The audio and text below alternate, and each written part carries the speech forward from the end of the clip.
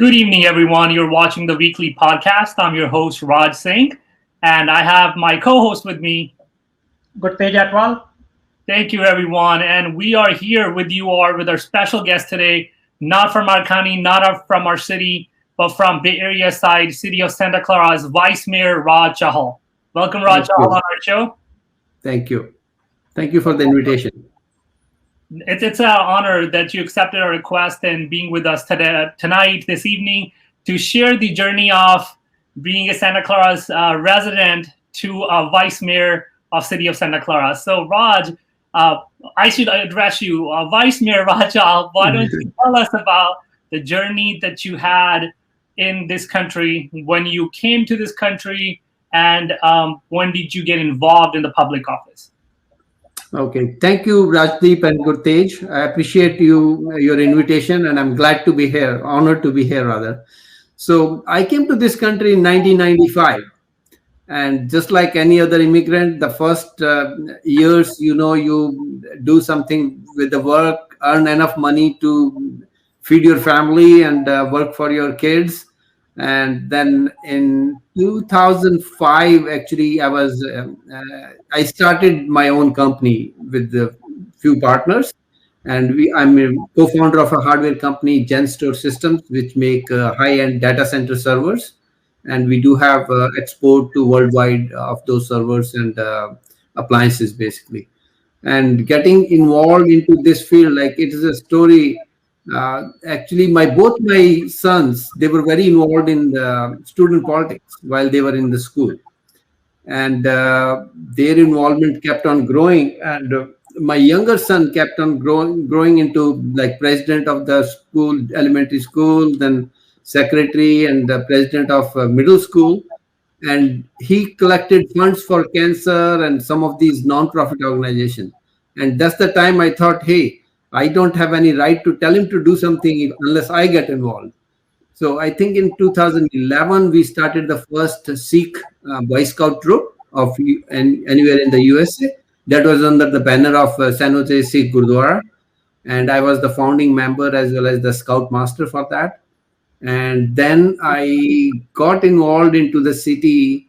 I got onto the charter review committee for the city, which was to find out ways we can amend the charter so that we can bring minorities into the city council. And for last 70 plus years, there was no minority on the council. But that report didn't go anywhere. We gave some opinions, and the council just filed it away, and that's it, done with it. And then I got appointed to International Exchange Commission of the city, and that led me to get involved with the sister cities. Actually, sister city is a very good organization where all the youth, they travel all across the world to your sister cities. And my son also got involved with that. And he was actually, when he was in 10th grade, he got elected to the sister city board of directors all over USA. And the sister city was formed by President Eisenhower. So that was a great experience. And then 2013, I got onto the planning commission. I know, Gurtej, you are on planning commission, and that's a very good experience as a resident in decision making and learning a lot about the processes.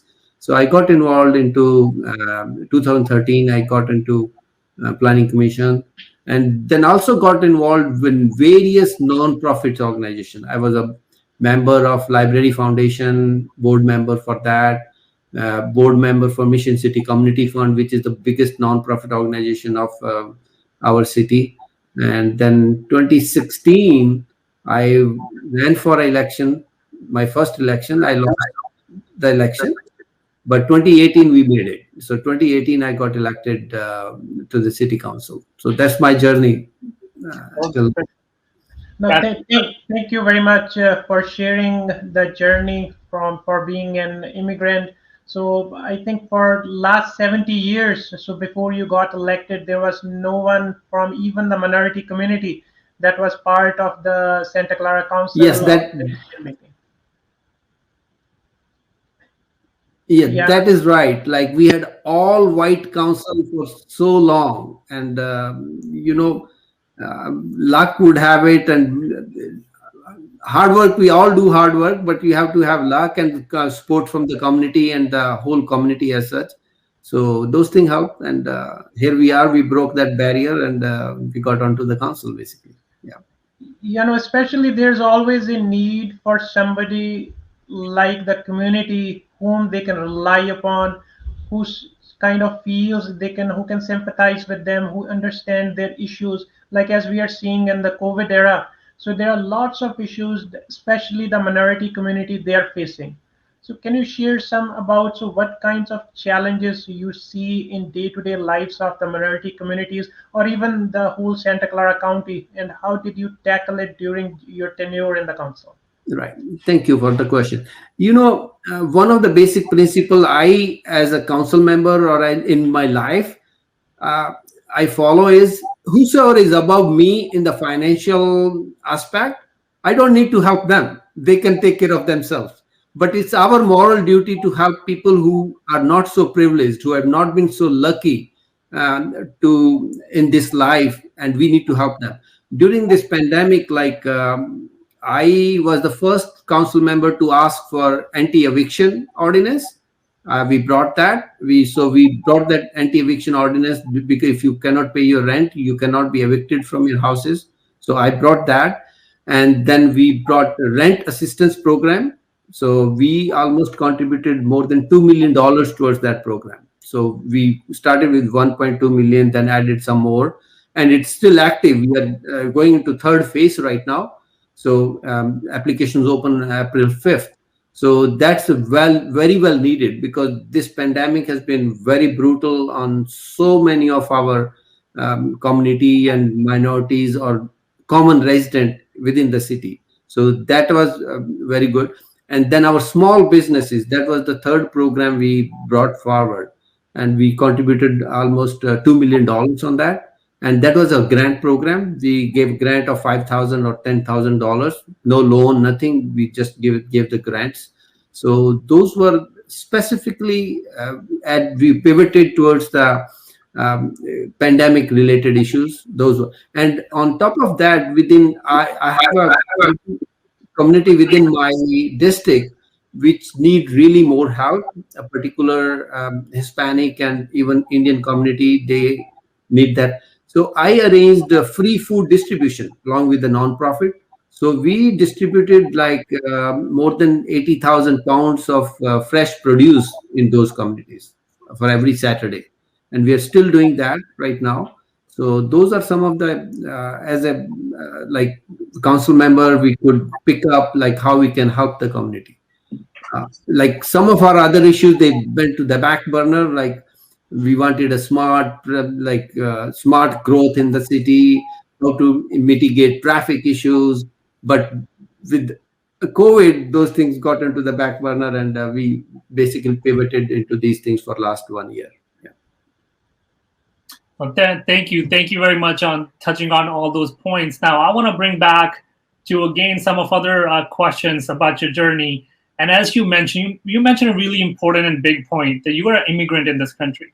You were not born and brought up here. You came in back in 1995, and since then you're living in here. And I'm as a Gritej and myself, we both are immigrants, and we know when we came to this country, it was a huge challenge customizing to language, to being socialized with people, and adapting overall. So in this journey to become running for a council member, like you said, you did in 2016, and before that you were on different commissions.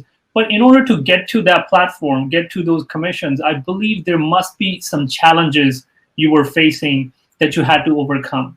And especially being a minority, like you said, if prior to that, there was an entire council was all from a white race, and there was no anybody from the minority community. So can you share some of your experience, some of the challenges that you faced during that time? Sure. Thank you. So I never imagined that I'll be a council member or vice mayor over here in this country, to be very frank. Like One good thing is, which we all know, and you as a youth and your next generation, education is very important. One of the best thing I had in my life, I studied in a Sainik school in Haryana, Kunjpura.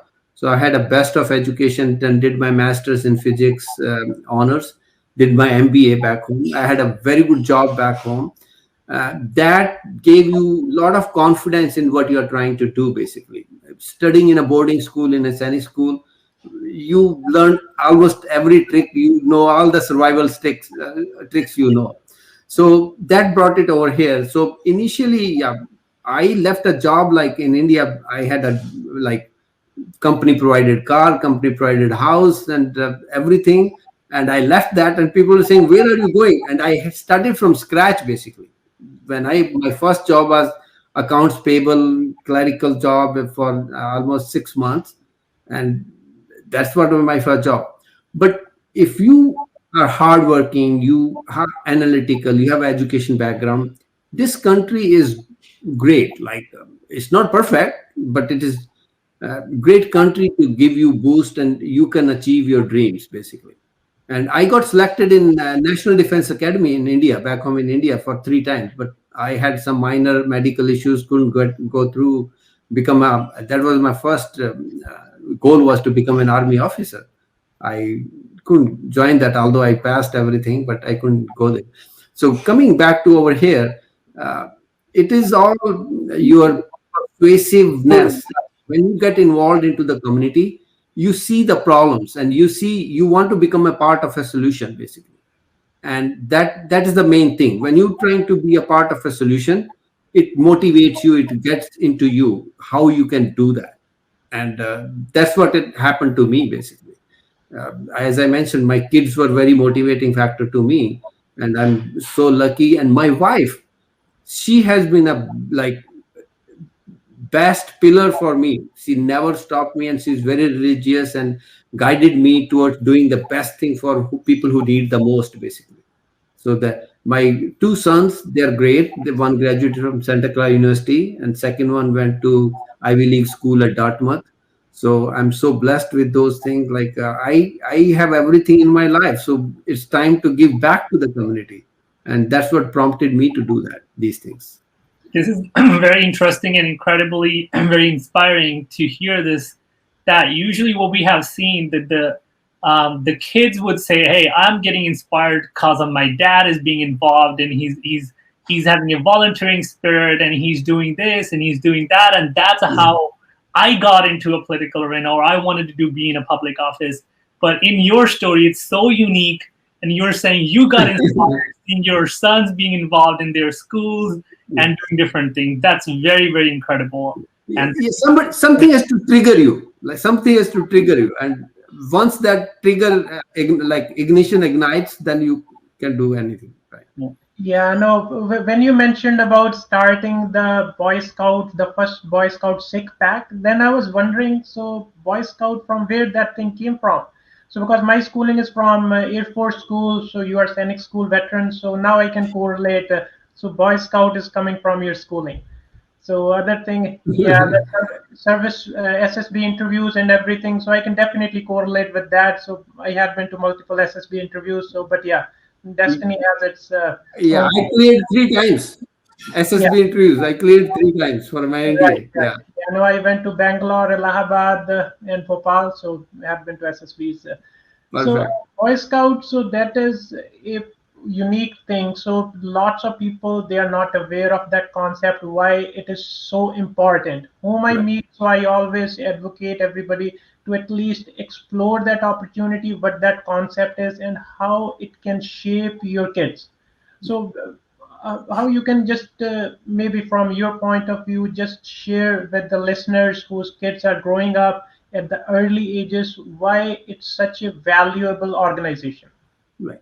So, one thing is very important. If you want to inculcate leadership skills and outdoor skills into our next generation, so Boy Scout is one of the best streams you can take it. And there are two reasons.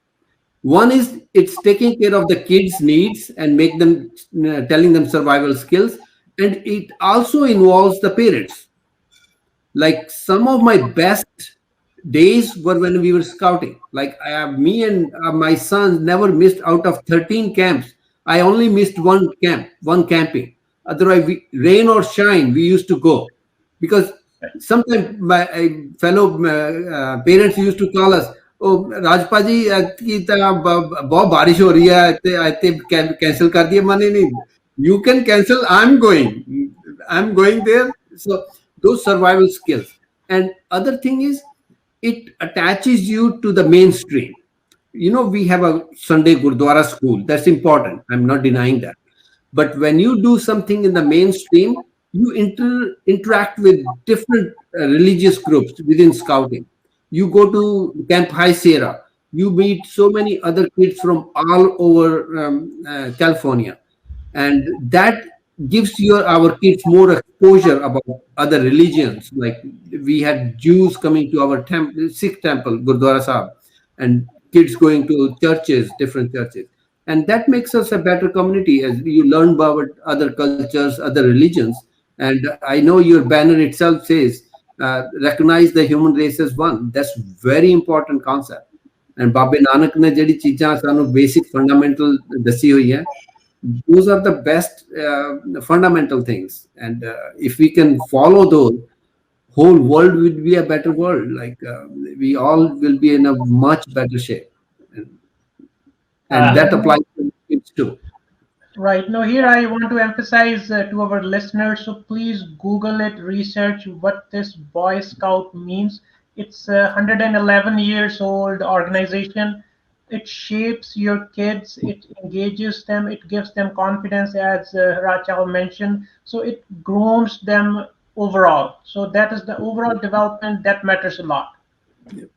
That's right. And it gives you opportunities to volunteer in the community in addition to the survival skills. So, like both my kids are Eagle Scouts, and when all of our first batch, 7 or 8, all of them were Eagle.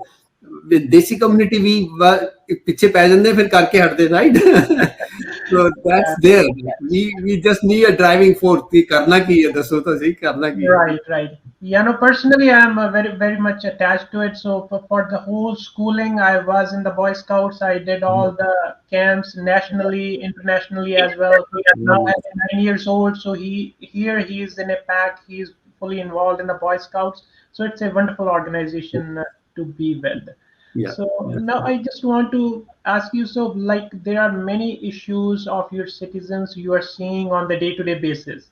So what issues that are prominent to you, what catches your mind, and what you think, like you were saying, some issues are on the back burner, but what issues are in the back of your mind you want to work on during these coming years? So Santa Clara, one of the biggest issue is affordable housing. That's one very paramount. Like any property here is 1.5 million and above. Like I can't imagine how our next generation can buy a house, and even rents are like $3, $4, $5,000. If you want to single family house, it's exorbitant rents. So that's one problem, like affordable housing, house jobs to housing ratio, and which is very bad. Like we have double the population of the city during the daytime because so many people are coming into Bay Area or city of Santa Clara. And that causes traffic issues, quality of life issues for the residents. So how to mitigate those? Like what can we do for those? So affordable housing, we are putting more demand for affordable component in each housing development. We started with 15%, but for the specific area plans, we are trying to increase those limits even further so that we get more affordable housing component. So, and not only that, like some of you being on the planning commission know better, like we can go to 80% AMI, and we are trying to go even lower so that we can help even people who do not have the income levels which common person has basically. So that's the one thing. And then how these cities are growing. Like I know we are a capitalistic society. businesses will keep growing at the cost of quality of life of residents. Right. But at the end of a day, uh, what is paramount is the quality of life of the residents is paramount. So I want the businesses who we have multi-billion-dollar companies in Santa Clara, Intel, Palo Alto Networks, Ericsson, Nvidia, AMD. They have all their headquarters here. Analog devices. Market cap of all these companies more than $500 billion. Right. Top 10 or 11 companies. So my goal is, hey, you should be helping this community either voluntarily, or we will put employee tax or something like that. Right. But it's their social responsibility to help people who like a simple family whose rent has gone from let's say $1,000 to $2,000 within span of last 4 or 5 years. He is paying for that affordability gap. He is paying because the rents have gone back higher because of demand and supply, because these companies have so much growth, they have so many employees that demand has gone. So they should contribute towards this thing. I'm trying to do that, that they should voluntarily contribute to do that. And for traffic, they should contribute towards mitigating traffic, more towards that. And I'm also trying to advocate free shuttle service in the city, because if you bring free shuttle, so much of traffic can be, so much cars can be taken off the road. Like when went I drop off my kids, pick up my kids, and if my kid can take a free shuttle to the nearest stop and walk to my home, you're Right. taking that, how many trips, vehicle miles travel, how many trips we are eliminating out of it. So that's another one. And what else about the community? Um, Rest is keep your utility rates low. Santa Clara is lucky in a sense, like we own our own utility, we have our own power. So we have one of the lowest rates in of power, electricity rates in the area, or probably maybe whole of California. And that's, we don't want to increase it to that, and keep the garbage and other utility rates low. So those are some of the day-to-day basic issues we need to take care of the residents. Yeah, from that thing, one point came to my mind as technologically, your Santa Clara is, I can say, number one in the whole globe, where all these prominent organizations are there. So it is all because of connectivity, all the, we can say, the internet connectivity, so which your city overall has. So how do you see that? So how did it reach, and what are your future visions down that line, so that interconnectivity will be feasible or affordable to every citizens for their development? So I am little bit off the track on this side. I want these bigger businesses not to concentrate in one area. Okay. They should be going out. Like if Intel is making their second headquarter, they should not be making over here, because we are already so dense. These companies should like, they can go to Tracy, they can go to Danville and spread out, because people in Tracy need, why should people from Tracy commute towards Bay Area? They Right. should be commuting locally for the jobs, right? So I'm of that opinion. They should, yeah, we provide best of the services, but because of that, quality of life of our residents are going down because of the traffic and other issues. So they should be going up. As regards internet, with the pandemic, this has been a big issue, providing a basic utility to uh, all the families of city of Santa Clara, and everybody should, this should be a basic right. And we have a city of Santa Clara, its own fiber across the city, and they provide the fiber connectivity to the school district and the city itself. And I have explored that what can we do to provide fast connectivity to our residents. So it's a very complicated project. I'm not sure we will be able to do that, but you're right. Internet is basic need of every household right now. So we should be looking into those things. Yeah, no, I think that that was the nutshell where I was going. So wanted to understand from the city that is very much developed in the sense of technology. Like you, yeah, and we are on the same page. Yes, it has to be diversified. Smaller cities should have those job opportunities, like Manteca, Tracy, Yes. Modesto, Central Valley. But Yeah. what we hear is lack of this internet connectivity. Companies don't want to come because they don't have the connectivity. So as you mentioned, your city owns fiber. So I Right. think that should be the solution going forward. These smaller cities should look into that, learn from the bigger cities. As you are in the council, so I would encourage whoever is listening from the administrative side, so they can always reach out to these bigger cities and learn from them how Right. they develop their infrastructure. And Yeah. eventually, if you start now, maybe in 10, 15 years, these Central Valley cities will have a better connectivity and sub branches of those bigger organizations can be opened here. You're very correct. Like, and technology, this internet technology advancing. Elon Musk has launched all the satellites. Like he will be starting pretty soon. And a Right, good thing about that would be you don't have to dig any trenches. Basically, you don't have to lay out the fiber. You will have the best of connectivity through satellites.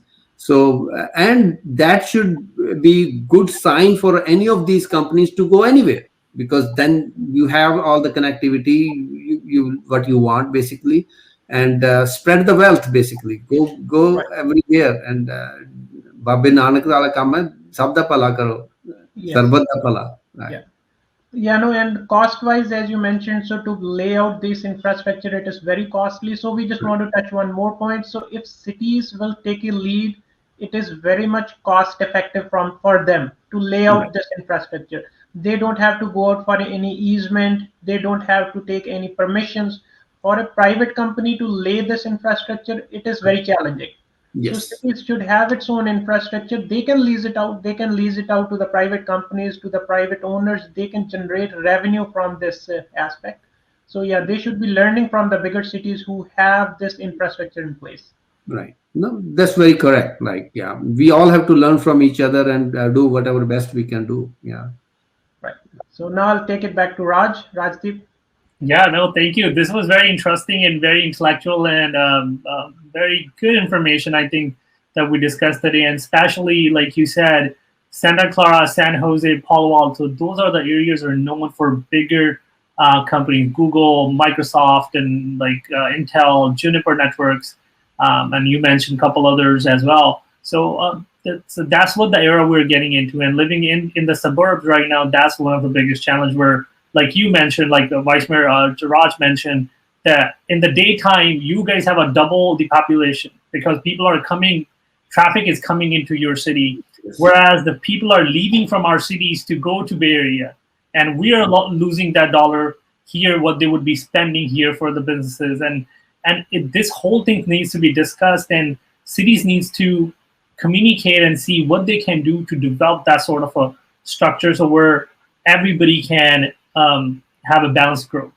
Yeah. So the residents in the Bay Area, they can have a quality life, and the quality life can. Same goes for the people living in Central Valley because they're traveling for 2 hours in the traffic, Yep. the Altamont Pass, and nobody's happy on the both sides. The people, At the end of the day, it's all quality of life. Like how we can have a better quality of life. And I'm happy some of the after effects of COVID pandemic.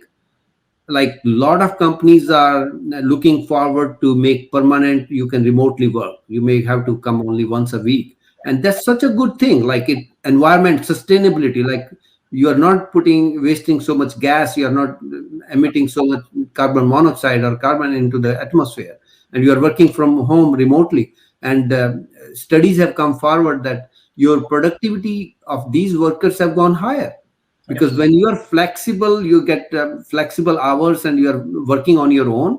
And I heard like one study said they are working more than what they used to work in office basically. Right. So these are some of the good after effects of COVID. I wish more companies can start that remote working and add these things to the portfolio, so that you don't have to worry about commuting 1 hour or 2 hours sitting in the car every day. That's a waste of time basically. Your quality time is just being wasted on the road, and you can that same time you can spend on your kid, taking you for a baseball or whatever you want to do, scouting camp, outdoor, whatever you can do with the family. Yeah. So Right. that's very, very important. yeah, we are now end of our show, and I just wanted to conclude by stating and asking the last question for this episode. You are such experienced entrepreneur. You are very well educated, and you ran political campaign two times, one time in 2016 and 2018, and you've been involved in many different committees. So if you have to give a message to our upcoming generation, folks like us, Rajdeep and Gritej and some others that who are willing and getting into this arena and wants to help or support, what message you can give it to them? What somebody that does have no political background, what a person he or she needs to do to get involved? Thank you. So first thing is I give very paramount importance to education. Education, whatever, it's not that we want to become doctors or scientists only. Both my kids, my elder one joined computer science. He said I didn't like it. I said, don't worry, do whatever you want to. He graduated in economics. Younger one was already in politics type. He graduated in public finance. He's working with public finance now, but government major and public policy. That's important. Like it develops our skills, analytical skills. Coming back to how we get involved. So your involvement is a must. Like at that, politics is dirty, but policy making is a lot of pains. You have to hear so many bad thing, good thing, whatever. But at the end of a day, these politicians are running the country, that they are making the policy making. So your involvement as a young generation is very paramount. Start from the beginning, like get involved into the student politics, get involved into the college politics, get involved into the community, getting involved into the community in non-profits. That's so paramount, because once you get involved into these non-profit organization as a community service, you learn so much, like how other people are living within our community, what are their pain points, what they need, basically what are the issues related within the community are. And this will bring up, depending upon your interest, he get involved into the commissions, which you both are very well involved, and I started the same way basically. And our community does lot of within the gurdwaras. Please come out of the gurdwara. Let's play politics outside of gurdwara. That's my thing. We go to gurdwara just to pray. Let's have politics outside. So that's very important. So young, and I'm so proud of both of you basically. At this young age, you are both Park and Rec Commission, Planning Commissioner, and you are not only within that, you are very active in the community. I see your post and your involvement into the different political spheres. That's very important, very important. So next generation, like my one call, we all young generation cannot be engineers, cannot be doctors. Some of us have to take the mantle of doing something different and to pursue your dreams, like what you like the most. That's the dream. And even request to the parents, don't force your kids to be a doctors or engineers or what you want them to be. No, give them space, let them choose what they want to do. I didn't ask both my kids what that I want you to be this. Believe me, I never. And they have done great. And all of these kids, we are lucky to be in this country. Like when I graduated, I did my high school, I couldn't join NDA. I couldn't do anything. I joined Master BSc Honors in Physics, Punjab University. I didn't like it, but I had to carry forward it, do it up to masters. But in this country, you go join as an engineer, you come out as a doctor, or you join as an engineer, you come out at a master's in political science. We got such a good system. So follow your dreams, but keep involved. Your involvement into the community is a must. Is a must. And young leaders like you, they are good examples for that. Yeah. Thank you. Thank you very much for sharing your experience and your thoughts with us, and giving us compliments, as it's a big honor for both of us. And we're just trying our best. And I don't think so we are at the level to be called leaders yet. But no. You are leaders. You don't underestimate yourself, both of you. You are leaders. Yeah, it is. Yeah, and it's a proud moment for the community also. Like when we do this term, we do for our family, for our community, for Sikh community, and overall bigger community. Like spending time for those multiple hours at planning commission, not everyone can do it. So it's a Like you said, when we talk about that we belong to a specific Sikh religion or Sikh community, and there's only one slogan that I think applies to the universally to everyone. Nanak Naam Chardikla Tere Pane Sarbat Da Pala. We're talking about everybody's well-being. So if we are doing something, it's just not only for specifically for Indian community or Sikh community or Punjabi community. It's about everyone, each and every person that's living in our town, in our county, in our state, in this country. And we love this country. We're proud to be calling ourselves, we are the United States. That's very correct. Yeah. Issues and problems are everywhere. We have to spend some time and effort to understand our fellow citizens, their issues. So that's how we can just request them whenever we need something. So it has to be both ways. So we have to work towards more involved, even the children, everybody should be more involved in those affairs. So thank you very much for your time and valuable tips and sharing with us. So your journey as well as what the future looks like. So with that, I want to thank everyone who is listening us, and we'll be meeting next week with our next weekly podcast. Thank you very much. Thank you. Thank you. Sasikal, Gurtej, and Rajdeep. Appreciate being here. It was an honor to be here. Yeah. Same here. Thank you.